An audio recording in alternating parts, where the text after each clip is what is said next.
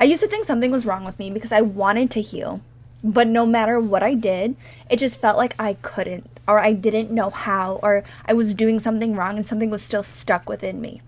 What I didn't understand back then that I know now is that one thing that was blocking me that whole time was the fact that in order to heal and move forward, you need to feel safe, both physically and emotionally and mentally. And I didn't. I never felt safe because I learned from a very young age that I wasn't safe. I wasn't safe in my nervous system. I wasn't safe in my body. I wasn't safe in my environment.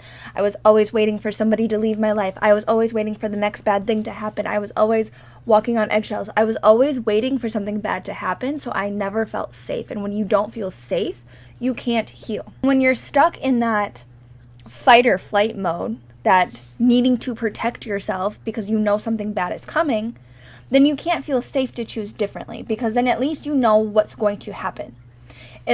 If you're in that space where it's like things are always bad, but at least I know what to expect, versus choosing something different, you don't know what to expect. You don't know what's going to happen. It's unknown. It could go good or it could go really bad, or you just don't know. And when you don't know, your nervous system doesn't want you to go there.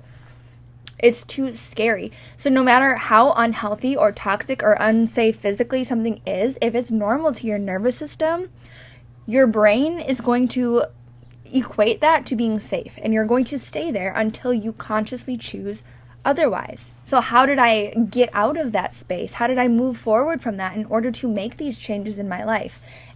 Allowing yourself to be uncomfortable. I had to push myself to do things that are uncomfortable. And now let me tell you, I'm going to drift off of this for a second, but allowing myself to do things that are uncomfortable has brought me so many crazy opportunities. First of all, financially, I have never felt safe. I grew up poor. I've been poor my whole life. I did not know money. I have never been in a position where I could commit financially to things because, like, I always overspent.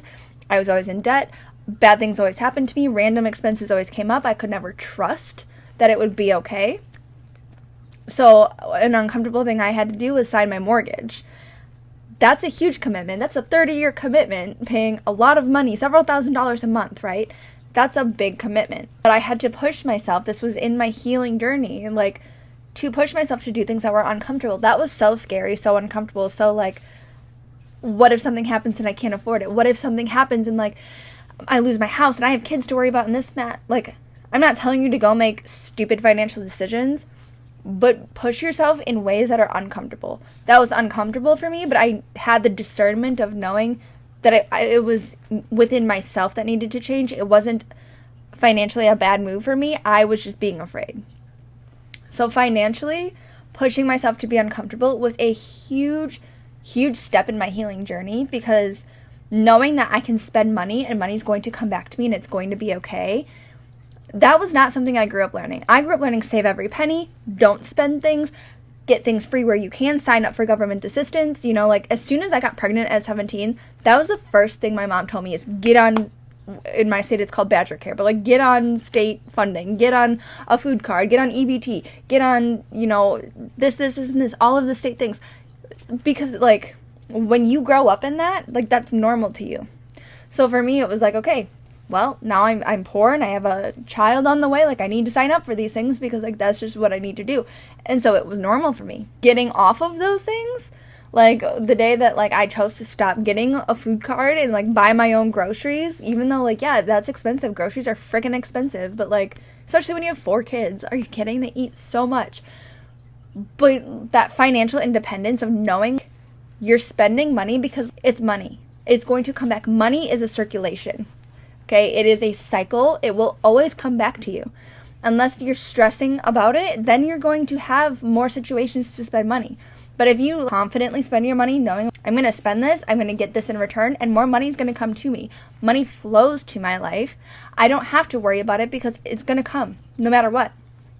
Then money comes in ways that you weren't ready for. Like, different aspects of your life where you receive money that you weren't anticipating start to happen, and like, it starts to flow a lot easier. But when you're stressed about it, yeah, money is really hard. So when you sit there and say how broke you are, or how hard it is to have money, or how difficult it is to hold on to money, or how everything's so expensive, or how you can't afford things. Oh my God, don't say those things. You're speaking those things into existence. That's the worst thing you could do. And I always caught myself doing that. I was always saying, like, I can't afford that. That's too expensive for me. I don't have the money for that. I don't have the funds for that. I can't afford that. That's not in my budget. I had to stop saying those things in general and tell myself, like, yes, this might be expensive, but I have the money and money's coming back to me. I don't have to worry about it. And again, I'm not telling you to go spend all your money willy-nilly like that. Use discernment. Know what is a smart choice for you and what is not. Practice that discernment of knowing what is right for you to make and what is not right for you to make.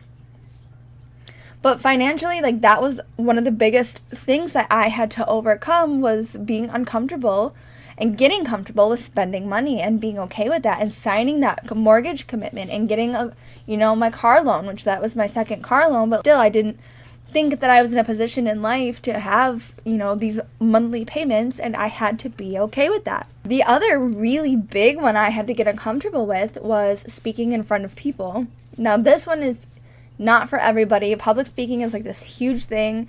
So many people don't like to do it, but like for me, I was always the quietest, most shy person you would ever meet. And in real life, I am very much an introvert. I like to talk to people. I like to meet people. I like conversation. But I'm not the loudest one in the room. I'm not going to be the one that you notice in the room talking to I'm not that person. I'm an empath, so like energy very much so exhausts me. So speaking in front of a room full of 100 people, like, that's exhausting to me. But I knew after I went through my domestic violence situation and after I went through my near-death experience, something in my gut, like, told me that that was what I was meant to do, but, like, I did not seek out any of, those opportunities. Sure, I researched, like, what it is to be a speaker and different opportunities and things like that, but I did not reach out to anybody. Like, I didn't look into any of it. I was like, I am not there. I'm not ready. Like, I cannot do that. And then I forgot about it. Circle back a couple months later, that thought popped back into my head of, like, I need to, like, speak and tell my story and, like, connect with other people and, like, show other people that there is a way out and, like, you can be okay. I went to a yoga class and it was me and, like, 4 other people. We had to introduce ourselves in a circle after, and, like, I choked up. I, like, couldn't even introduce myself. So for me to, like, then a month later get this opportunity, like, the domestic violence shelter that I worked with after my incident reached out to me asking me to speak at an event and tell my story. I took it as a sign because I had just the day before had that thought pop back into my head of, like, I want to be a speaker, I want to talk, I want to, like, tell my story and share and educate and help other people who have gone through these things or who are going through these things or who need guidance or who could resonate with my story. So the fact that she reached out to me a day later, I did it. And, like, I was so nervous. I was so scared. I was so terrified, right? Like, that was so scary. But when I did it, it felt so good. Obviously, for it being my first public speaking event, like, I was nervous and I, didn't have the stage presence that I wanted and I could have done better and this and that. But, like, everyone that came up to me, nobody knew it was my first time speaking. Like, when I said that, people were so shocked. They did not believe me at all when I said that was my first time publicly speaking. And I knew, like, in my gut when it, like, even halfway through it, like, while I was doing it, I was like, this is what I want to be doing. Like, this is it.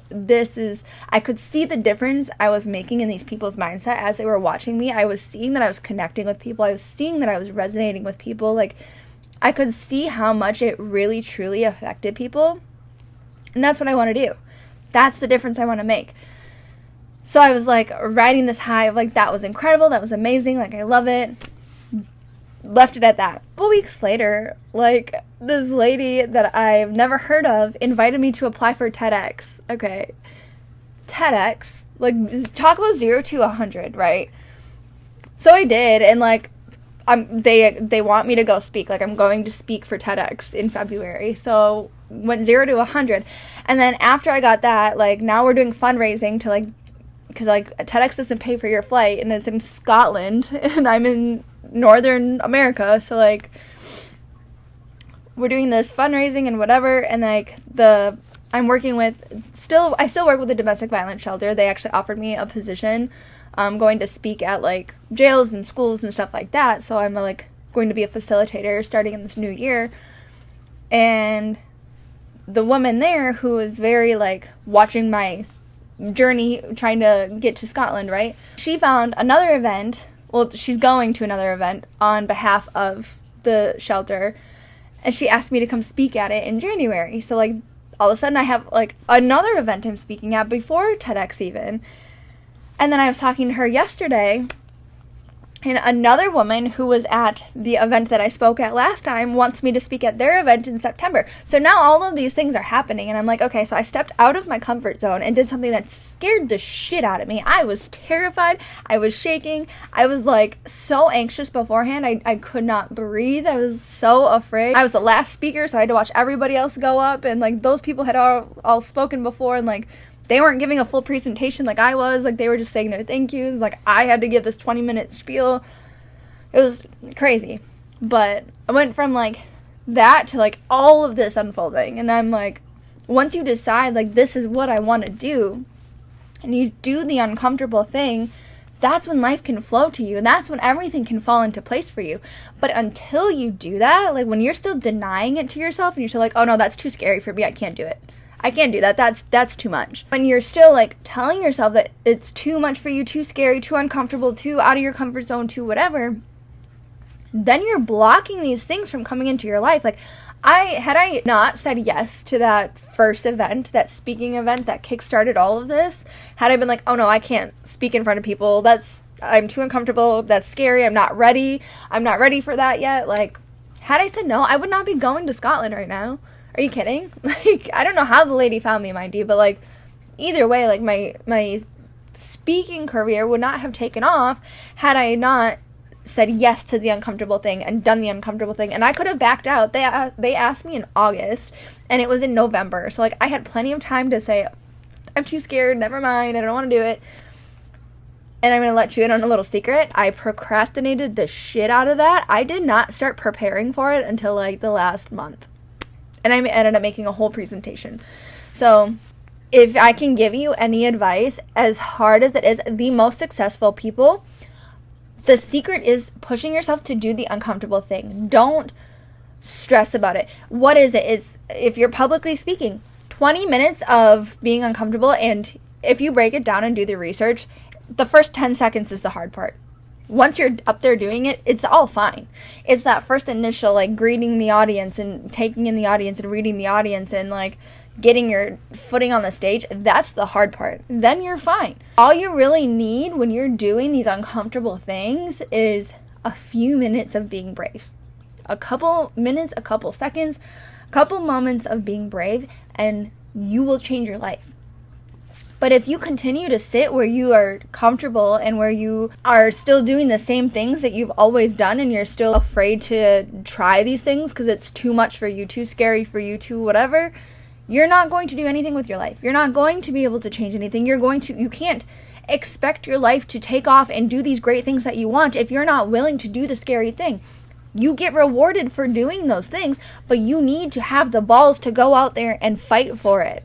I still am in shock that my life is going the way it's going, and it's hard sometimes for me to, like, process it. And then that's a whole other thing, is, like, once you do start getting these things, knowing that you are deserving and worthy of these things, because when you grow up thinking you're not deserving or worthy of anything, because, again, that whole familiarity thing, then it's hard for you to, like, process it, and then you self-sabotage or you reject it or whatever. So, like, having that grounding and healing work behind you, that footing behind you to know, like, I earned this. I am deserving of this. This opportunity wouldn't have come to me if I wasn't deserving. There's a reason I'm being put here to do the things that I'm doing. There's a reason that I'm receiving the things that I'm receiving, and it's okay. I was originally not going to do any fundraising for my Scotland trip because I have always struggled with asking for things, specifically money, and receiving things.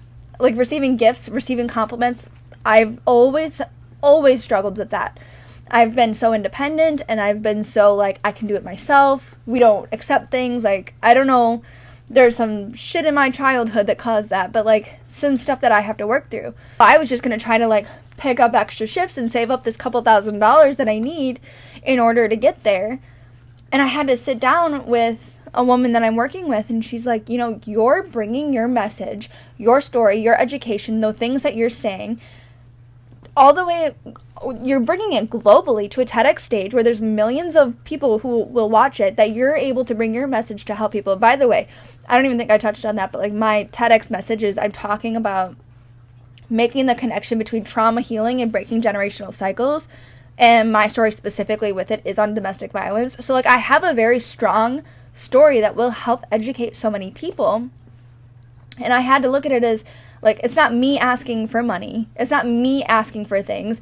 It's me getting help for people who want to be involved in helping spread this message, this awareness, this education. Help me get there so that I can take this and expand it in so many ways. And it's going to help so many people.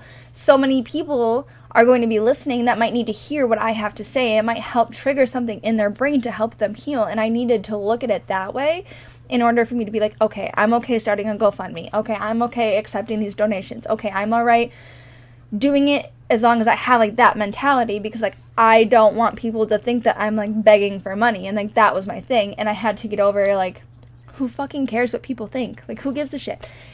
Let them think whatever. I know that my intentions for why I'm raising money to go is so pure, and I know that I'm doing it to help so many people.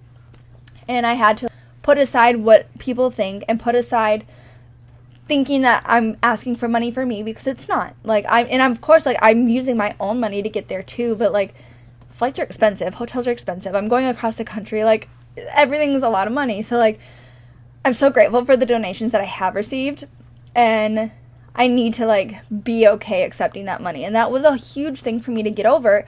And it took me a couple of weeks before I was okay making that GoFundMe. And she did send it to the people from the first event that I spoke at, the donor event. And people did donate, and they wanted to help me get there, and they wanted to help me. They were so like excited for me to help other people with what I've gone through and what I've learned and the things that I know, and I get to take it globally. And people want to have a hand in that. People want to help other people. Like, people are genuinely good. Yeah, there's a lot of evil in this world, but there's a lot of good too. And I had to realize that not everybody's going to look at me with a judgeful mind, and the ones who do don't matter. They don't matter. Like, I shouldn't even be entertaining those thoughts, right? So I had to get over that and just be like, it's okay to accept money from people who want to give it. Like, if they didn't want to, it's not like you're like forcing people to donate to you. If people want to help you get there, they want to help you get there. If people want to help you, let them help you. That was the other thing. It's like, my whole life, I've never accepted help cleaning my house, taking care of my kids, like at work. It's like, it's okay, don't stress yourself. I'll do it. I'll do the job of 3 people as long as you're comfortable. Like, don't do that. If somebody's offering, they're offering for a reason, and let them help you. That I had to come to terms with myself recently, and this one was really just like a kick in the face, because like, I hate being wrong. I think a lot of us can relate to that. I'm very self-aware, so like, I know that when I'm wrong, like, it sucks. I will admit when I'm wrong, but I'm better with being wrong to other people than I am with myself. So I had quit my job of 10 years, and my main, I originally didn't want to quit that job until my coaching career was taking off and I could afford to do it. But something in my gut was telling me like it was time to go. I couldn't do it anymore. So I left, and I started this other job at a very healthy place, like something more aligned with my lifestyle, healthy environment, like plants everywhere, big windows. And I'm not bashing that job by any means. It is great and I love it, but something just isn't clicking right. And I've been there for 2 months, can feel that the energy is not right, and I was starting to get really sad before I had to go to work. And instead of like leaning into focusing on my career, I was leaning into, well, I need to pay my bills. So then I was like looking for other jobs and looking for online jobs and looking for, other ways to make money so that like I could do that. And in doing that, I put everything else on the back burner. I started making less videos. I wasn't posting every day like I used to. I didn't even start my TED Talk presentation. Like I was putting myself on the back burner, which meant I was abandoning myself. This is a constant cycle in my life that I had to realize, like, I always abandon myself in order to make other people happy, or like in order to get other things done, whatever.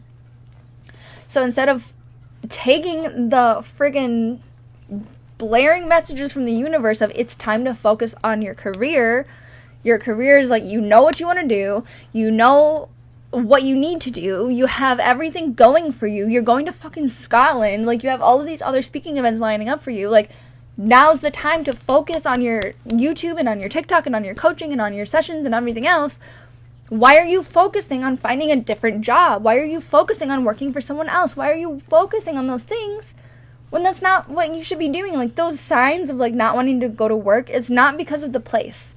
Because the place is fine. And that was something I struggled with, is like, this place is so healthy, happy, fun. Like, why am I so sad to come here? And it wasn't the place.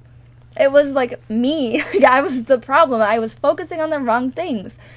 So I had to take a minute and be like, I was abandoning myself because of fear of paying my bills and fear of making it work and fear of all of these other things. So it was time to stop and actually, like, take those uncomfortable steps and put myself first, put my dreams first, finally focus on that. And I think that was a big part of why I left my other job, is like, I wanted to do that. And that was part of, like, wanting to heal, but, like, I didn't know how. I wanted to do these things. I wanted to make that choice. I could feel that it was time. I could feel that it was right. But it was like, no matter what I did, I ended up in the same position, in a job I didn't want to be in, doing something I didn't want to.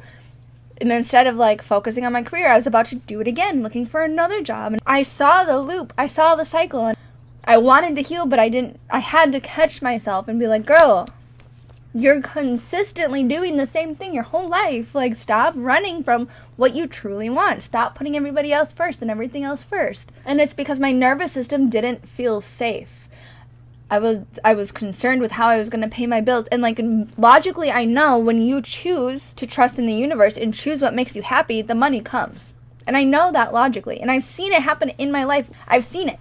I had to get over that fear, and it was like a deep-rooted nervous system wound from childhood of, like, how are you going to pay your bills? You got to pay your bills. You got to pay your mortgage. Dreams aren't going to pay your mortgage. Like, I had to get over that and be like, my mortgage is going to get paid no matter what. It always does. It's going to be fine.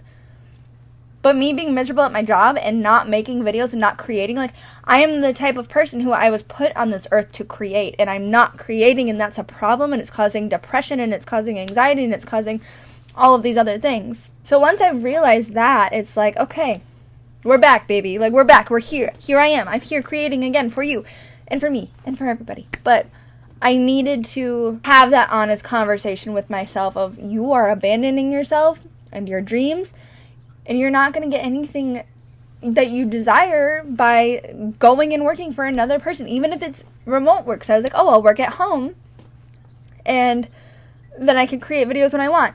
And I can tell you right now, I see where that's going, is I would find a remote job, and it would take up my whole day, and I would still never film. Healing started to just feel like another thing I was failing at. It's like, okay, well, I'm failing at my job, I'm failing at YouTube, I'm failing at coaching, I'm failing at healing. And it took that eye-opening moment to be like, oh, you're not failing at anything. Chill out, drama queen. Okay, you're fine. You just need to get your priorities straight. And working for somebody else is not one of them. Okay? I had to figure out a new game plan. I had to recircle, like, what I wanted to do.